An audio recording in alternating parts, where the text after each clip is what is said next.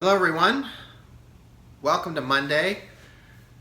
We had a pretty big day on Friday, and so we've had another follow-through day today, which is a little bit surprising. Sometimes when you get a big jump, the market will settle back down, but it didn't today. Actually, we were up 1.25% on the S&P 500, and that's a pretty good move. And very broad, again, lots of different things that were moving forward.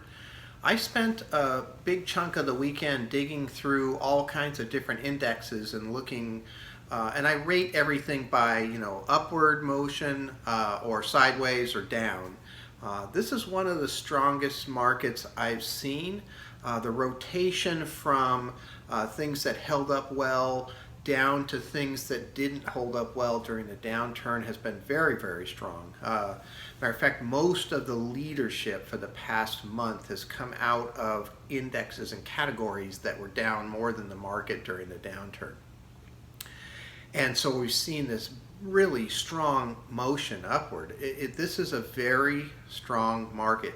When we broke through 9 trading days ago, broke through the 200-day moving average, we have been up 7 of those 9 days since then. So we suspected that there would be some type of a run, and we are seeing that. Lots of things that could come in to create different problems for us as far as that goes, but at the moment things are really good. I made a few changes to the portfolios.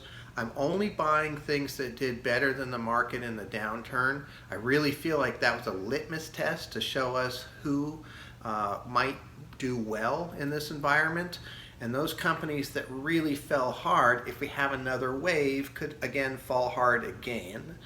So I want to be a little bit careful about investing in some of those areas. I'll continue to kind of steer clear of those for the most part. And so I want to thank everybody very much, and I hope that you have a great day, and I'll talk to you tomorrow. Thank you.